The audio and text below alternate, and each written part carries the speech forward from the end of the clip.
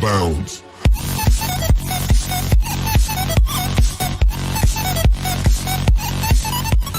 And as a rule, when you are asked to digest, just simply write at least 4 sentences, maximum number of sentences for the facts. You can state it in your own words. Then say a sentence, 1 sentence for the issue insofar as the relevance of the case to the present topic as it is assigned, and the ruling of the Supreme Court just simply get at least the maximum number of sentences is 3. Just give the gist also. For the ruling, you may simply copy it word for word, or if you want the substantial part, the substantial portion of the ruling. And another important note that you have to follow when you read a case, when there are doctrines or definitions given by the Supreme Court, it's so good to jot down or to take note the definition, because the first topic that we're going to discuss under Book 2 of the Revised Penal Code, or Criminal Law 2 or Revised Penal Code Book 2, it's all about treason. That is Article 114. And the term treason is defined by the Supreme Court in 2 landmark cases, namely the case of U.S. versus Abad, and there is also a sentence or 2 definition in the case of Laurel versus Misa. For us to better understand the codal provisions of the Revised Penal Code, it's good to read cases, contextualize the law into the jurisprudence, or shall we say, the decided cases of the Supreme Court, because it is where the law is being interpreted and applied by the Supreme Court. So in the 3 branches of the government, is to review the previous discussion that we have had in the previous semesters or semester. In the 3 branches of the government, it is the judiciary is tasked to interpret and apply the laws, and the legislature is charged with a function of legislating laws. We talk about legislation. It's basically to propose, to enact, to pass laws. That's why we call it mga Republic Acts, may tawag na to na sa ilaha karon. And then the executive branch, headed by no less than the President of the Republic of the Philippines, has a very important function, that is to implement or execute the laws which had been passed by Congress.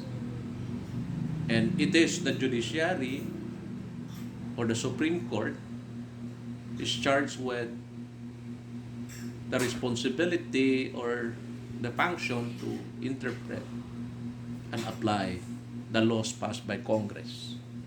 So since you're aiming to becoming future law enforcers or law enforcement officers, therefore you are under the umbrella power of the executive branch headed by the President of the Republic of the Philippines. Remember, in the previous topic that we have discussed in the past semester, or in the last semester, it's all about Book 1 of the Revised Penal Code.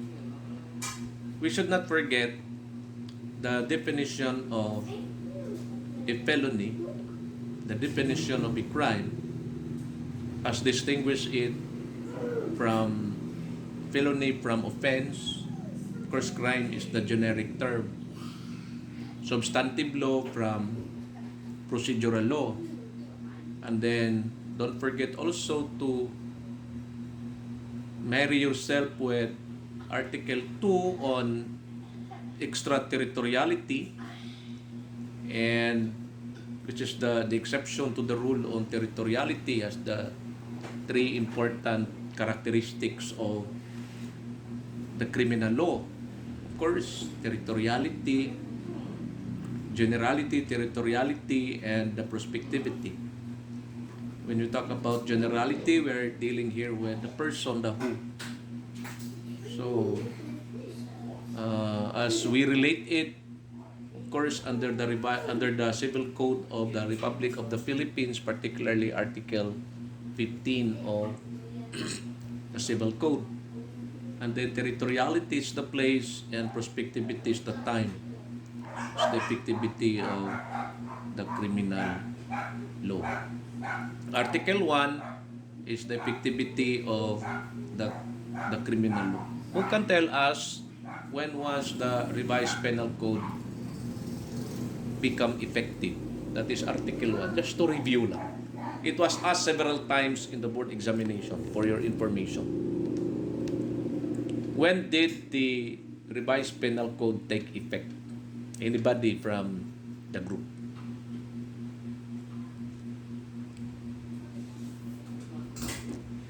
Kagian lang galintag usa ka tuig na kalimot na no, dali ra kay kalimot ba no? Ako dali jud kay ko, ako admit gyud na ko. Honest admission, basta kana bitaw mga number dali kay ko ka limot, dali kay mawala sa kong nahuna. Mo na akong struggle as a student of law. So, when did the revised penal code take effect? Anybody? Pangutan na yun na. Several times in the board examination, the effectivity of the revised penal code. Anybody from the virtual floor? 1930? Dili 1930, basaha ang Article 1.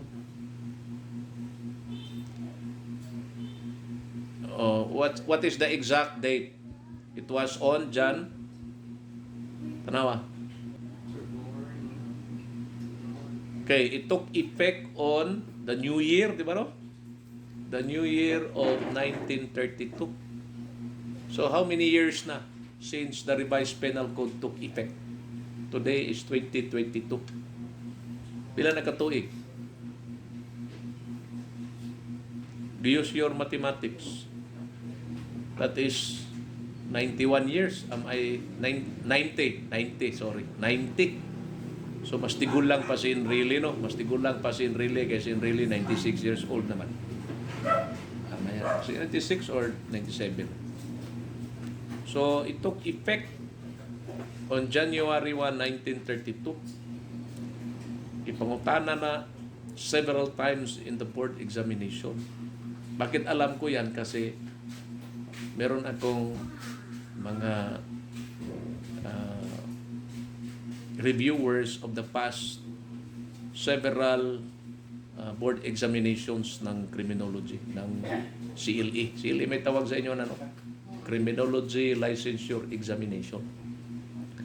And Sir Erico has more than 10,000 questions. Mga review questions. Mo to studyhan sa mga 4th year karon. Ako silang gingnan. Panatinan ninyo na agi. Pag-discuss na nato taran. Sa yung rakay na nyo sirat. Kay heavily knowledge kayo ng mga questions. So sa atong discussion, lisod-lisod na to. Pero sa exam na, sa yung rakay na siya. Sa board exam.